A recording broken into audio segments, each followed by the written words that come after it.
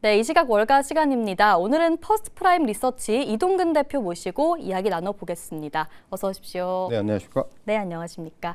네, 대표님, 오늘의 첫 질문은 제가 아까 본 이 기사의 제목이 너무 와닿아서 한번 인용을 해보겠습니다.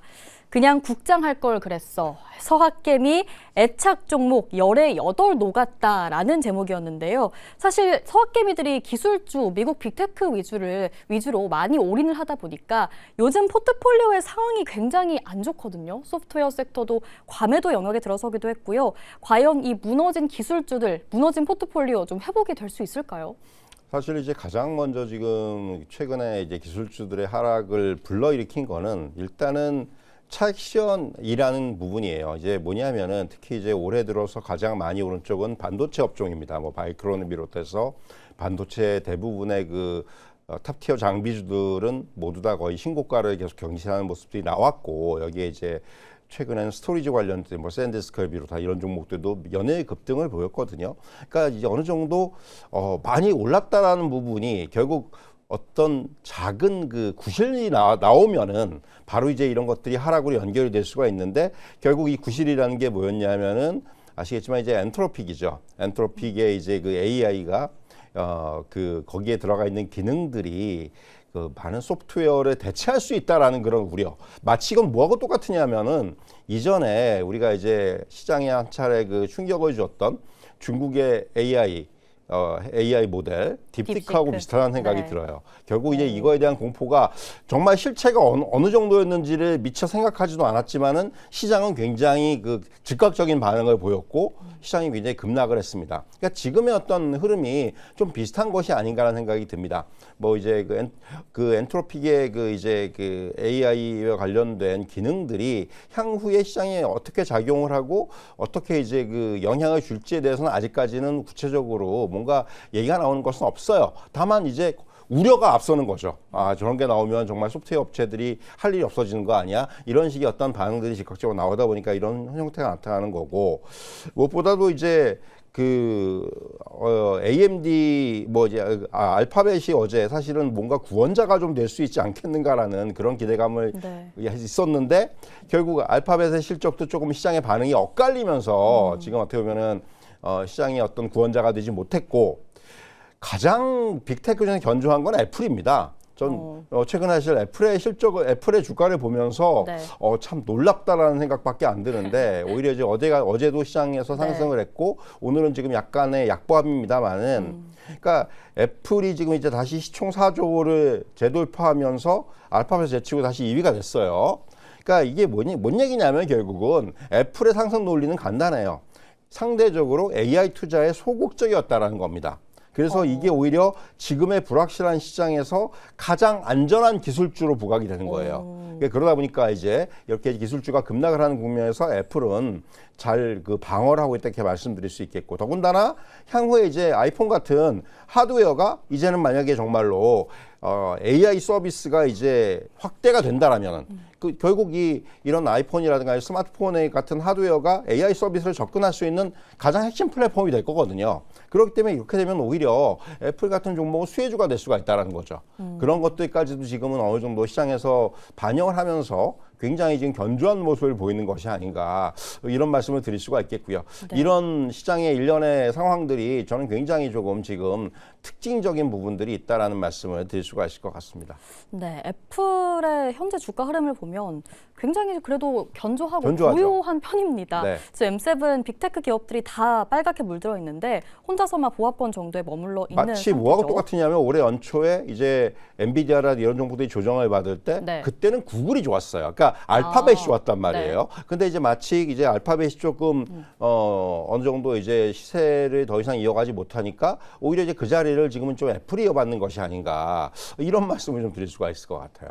그때 알파벳을 들어갔다면 참 좋았을 텐데. 그렇죠. 그렇다면 지금 애플을 들어가 보는 건 어떻게 생각하세요? 근데 이제 애플은 어떻게 보면 역으로 네. 말씀드리면 만약에 이제 요번 그 실적 시즌이 어느 정도 마무리가 되고 요번에 이제 뭐 소프트웨어 어떤 이런 이슈라든가 이런 것들이 일단 나게 된다라면은 오히려 이제 또 그동안 낙폭이 컸던 종목들이 반등을 할 수도 있죠. 그러니까 이게 정말 이건 타이밍의 싸움인 건데 네. 그래서 애플 같은 경우는 오히려 지금 이제 작년 12월에 기록했던 신고가 부근을 지금 다시 한번 트라이하는 그런 모습들이 나오고 있는데 결국 이거는 그러니까 어떻게 보면 선택의 문제인 것 같아요. 네. 저는 오히려 지금 상황에서는 급락을 하고 있는 소프트웨어 관련주라든가 아니면 급락을 하고 있는 종목들 쪽에서 기회를 찾아보는 것도 하나의 또 그런 투자의 대안이 되지 않겠는가라는 그런 말씀을 드릴 수가 있을 것 같습니다. 오, 굉장히 듣고 싶었던 이야기입니다. 자, 지금 또 저가 매수의 기회를 주고 있는 것 같은 종목이 하나 있거든요. 물론 저가는 아니지만요.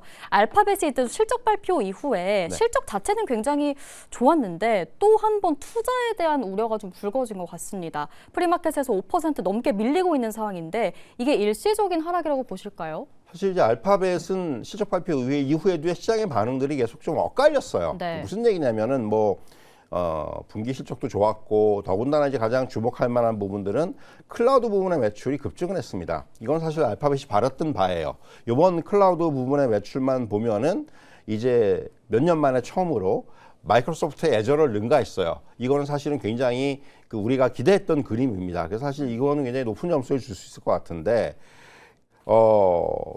더군다나 이제 요번에 구글 알파벳의 실적을 견인한 요인 중에 하나는 네. 제미나이의 성장세죠. 제미나이 3가 이제 나오면서 이 부분이 이제 가입자 수라든가 이런 부분들을 굉장히 크게 늘리는 역할을 했고, 근데 이제 제미나이가 계속해서 성장을 하기 위해서는 구글 입장에서는 지금 AI 투자를 늘릴 수밖에 없어요. 그러다 보니까 요번에 이제 시장 전망을 크게 뛰어넘는 1,750억 달러, 1,850억 달러의 AI 관련된 투자를 하겠다라는 그런 이제 얘기를 요번에 이제 컨퍼스콜에서 내놨고 이거 시장이 여기서 좀 당황하기 시작을 한 거죠. 네. 예상치는 지금 한 1,100억, 1,150억 달러 정도였고 올해 이제 한 900억 달러 좀 넘었으니까 거의 작년보다 2배의 어떤 그런 투자를 하겠다는 얘기인데 결국 이런 부분들이 다시금 시장에는 조금 이제 그래도 구글이니까 괜찮아라는 심리도 있는 반면에 네. 한쪽에서는 저건 그래도 너무 과한 거 아니야라는 또 심리가 발동을 하면서 지금 이제 개장이 가까워지면서 오히려 낙폭이 커지고 있죠. 네. 결국 이거는 지금 알파벳의 이번 실적이라든가 실적 이후의 전망의 발표는 상당히 시장의 반응을 좀 엇갈리게 만들고 있다. 근데 저는 알파벳은 충분히 감당을 할 거라고 봐요. 지금 알파벳의 자금 흐름이라든가 이런 부분들을 보고 또 말씀드린 대로 지금 제미나이의 이제 비중이 점점 커지고 있기 때문에 그런 부분에 감안하면 꼭 필요한 저는 투자라고 생각을 하고요. 그래서 지금 일단 2월 3일의 고점에서 주가는 좀 밀리고 있는데 저는 이제 조금 만약에 더 밀려서 이것이 한 300달러 어간 요 정도 살짝 하회하거나 이 정도에서는 저는 한 번쯤은 알파벳은 충분히 매수의 기회로 봐야 되는 것이 아닌가 이런 말씀을 드리겠고요. 계속해서 이제 말씀드린 대로 지금 어떤 클라우드 매출이라든가 또 말씀드린 제미나이의 향후의 어떤 성장이라든가 이런 부분들 감안한다면은 알파벳이야말로 이번 하락이 매수 기회로 작동할 수가 있다. 이런 말씀을 드릴 수가 있을 것 같습니다. 네, 제가 또 한 가지 어닝콜에서 확 와닿았던 이야기 중 하나가 과잉 투자가 과소 투자보다 낫다라는 또 CEO의 발언이었는데 만약에 투자 자체 규모가 작았더라면 네. 그때는 또 시장이 어떻게 반응을 했을지. 그렇죠. 이게 지금 요번 사실 실적 시즌 발표를 보면서 제가 빅테크들의 실적에서 느끼는 거는 이제는 정말 시장은 뭔가 완벽한 실적을 원해요. 흠 하나도 없는. 그러니까 거의 지금 모든 종목들이 하나씩은 약간의 뭔가 좀 약간 약점이라든가 또는 약간 그러니까 우리가 얘기하는 또 약간 좀 부족한 부분을 가지고 있는데 기가 막히게 시장은 그걸 찾아냅니다. 그래서 그것을 빌미해서 주가를 지금 빠뜨리고 있는 거죠.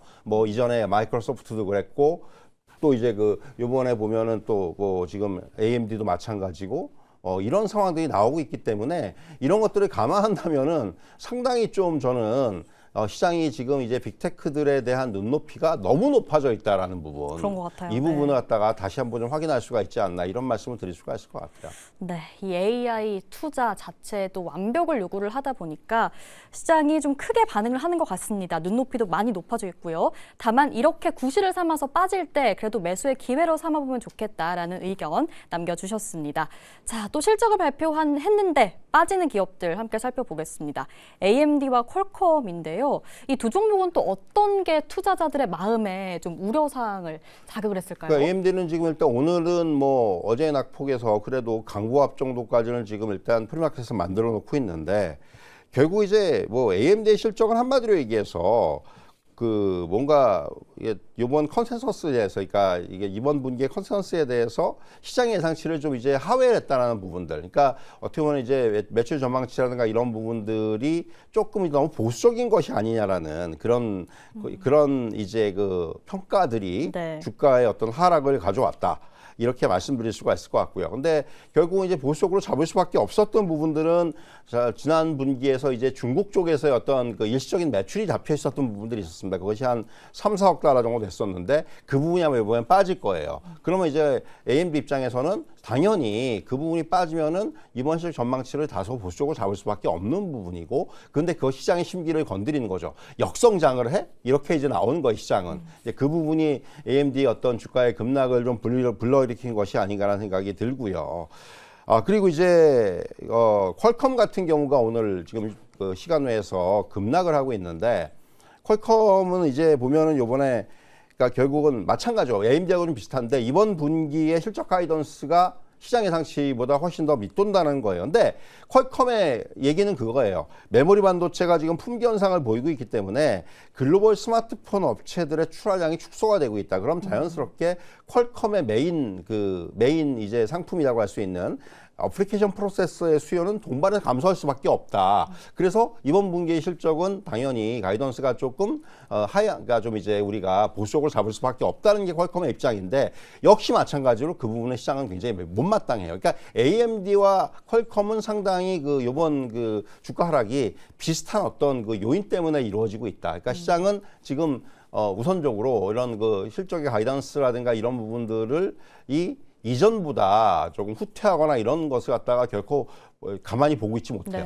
네. 이 부분이 굉장히 좀 중요할 것으로 보여지고, 사실은 이제 오늘 또 이제 실적 발표한 암 같은 경우, 암홀딩스 같은 경우도 보면은 지금 주가가 네. 또 급락을 하고 있는데, 암도 마찬가지죠. 결국은 이제 보면은 암이 지금 한 6% 정도 빠지고 있는데, 암은 다른 부분은 다 좋았어요. 그런데 그 라이센스 매출에 대한 조금 그 시장 전망치를 하회했다라는 부분들. 그러니까 암은 두 가지의 이제 매출 구조 갖고 있는데, 하나 이제 라이센스 매출. 이건 이제 고객이 암의 어떤 설계라든가 이런 표준을 사용하면서 이제 그걸로 인해서 거둬들이는 매출이고, 하나는 이제 로열티입니다. 그러니까 설계를 적용한 칩을 이제 설계했을 때 여기서 이제 개당 얼마씩 받는 이런 로열티인데, 라이센스 매출이 좀 더 중요해요. 왜냐하면 라이센스 매출은 지금 암이 가지고 있는 고객의 어떤 확장이라든가 이런 부분들을 알 수가 있기 때문에 라이센스 매출이 중요한데, 그 부분이 이제 지금 좀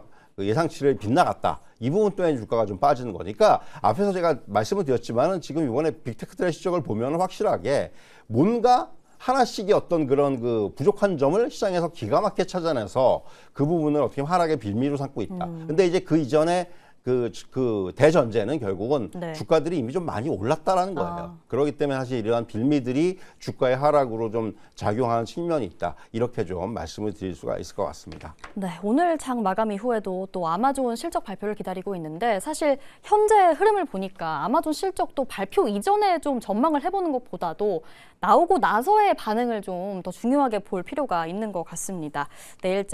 내일 아마존의 실적 한번 눈여겨보시면 좋을 것 같고요.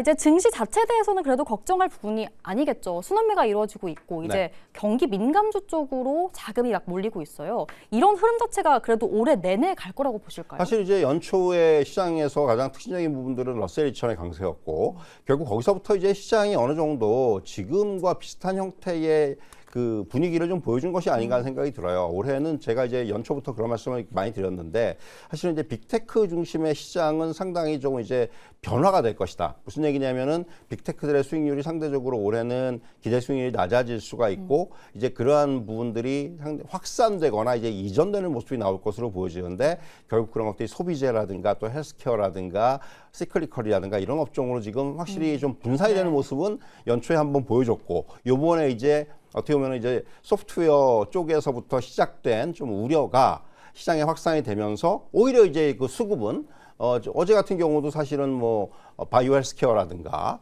또는 이제 뭐 월마트라든가 또 디즈니라든가 나이키라든가 이런 소비주들 이런 쪽으로 좀 이동들이 나타났거든요. 그런 부분들을 감안한다면은 역시 이게 시장의 수급이 완전히 빠져나가는 것이 아니고 분명히 이제 다른 쪽으로 어떤 이동이 나타나면서 한편으로는 이제 순환매 그리고 또한 이제 수급의 확산 이런 개념에서는 사실 이런 것들 마냥 나쁘다고 볼 수는 없어요. 네. 그러니까 어떻게 보면 또 그런 주식들을 또 지금 가지고 계신 분들한테는 상당히 호재가 될 수 있을 부분이고 그렇기 때문에 사실은 시장에 대한 우려보다는 저는 이제 다만 이 테크주들이 어떻게 이제 이번에 하락 과정을 거치면서 조정 과정을 거치면서 바닥을 잡고 다시 이제 전환할 수 있을지 여부 이 부분이 어떤 또 이제 모멘텀이 그런 작용을 할지 여부 이런 부분들을 좀 더 우리가 주목을 할 필요가 있다 이렇게 좀 말씀드릴 수가 있겠습니다.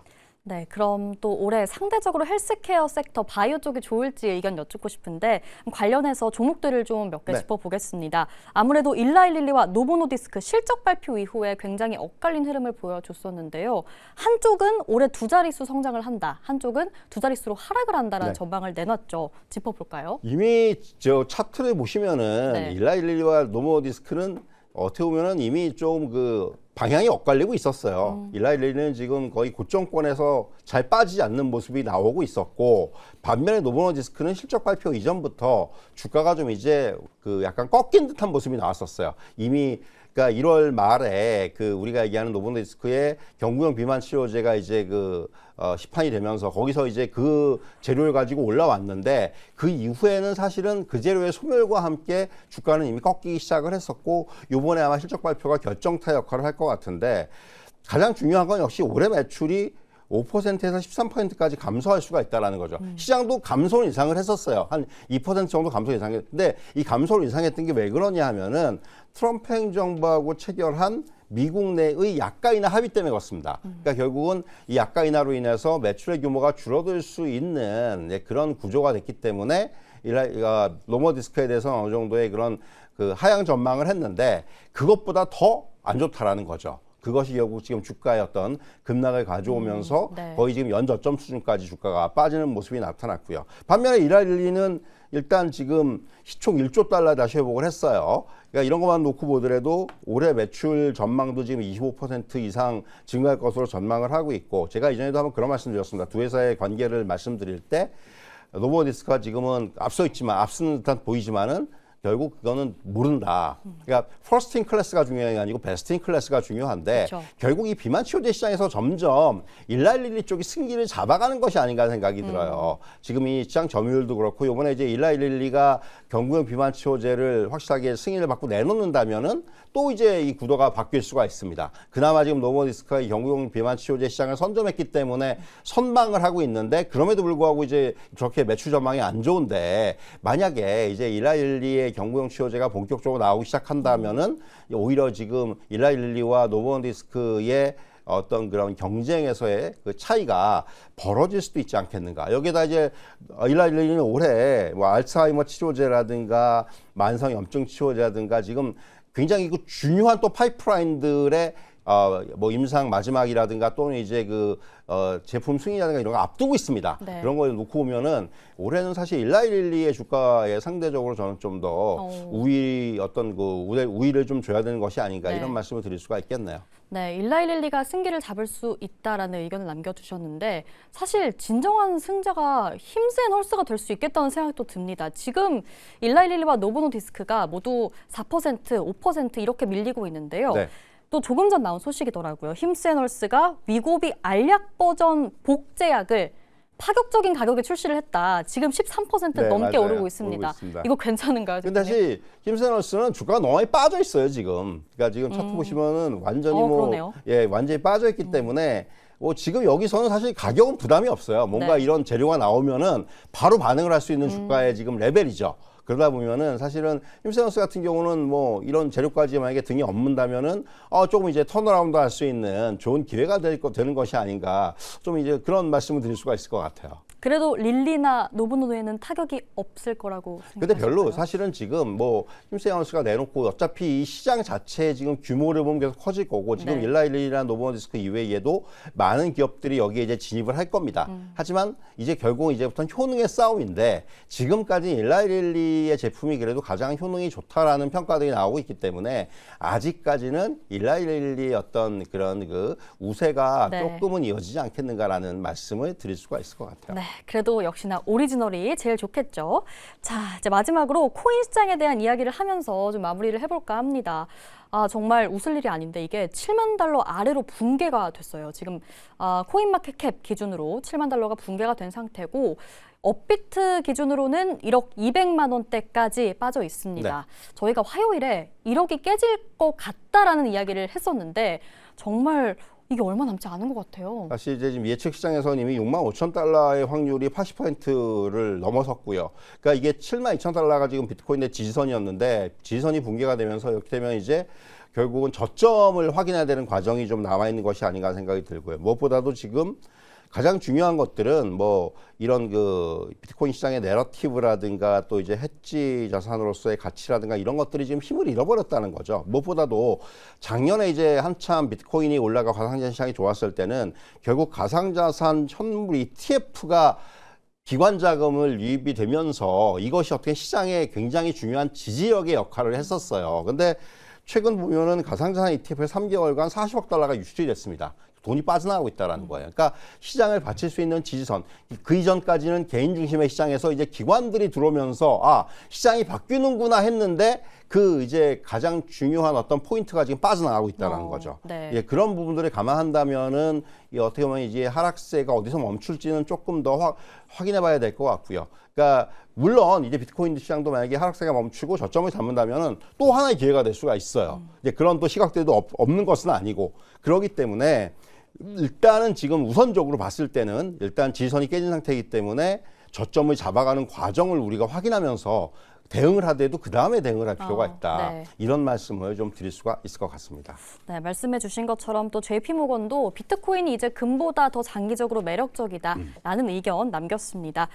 섣불리 진입하기보다는 저점을 확인하고 들어가는 게 맞아 보입니다. 네, 오늘 저희가 준비한 내용은 여기까지입니다. 이제 5분 뒤 뉴욕 증시 개장하네요. 성투하시고요. 저희는 내일 이 시간 다시 찾아뵐게요. 함께해 주신 여러분 고맙습니다.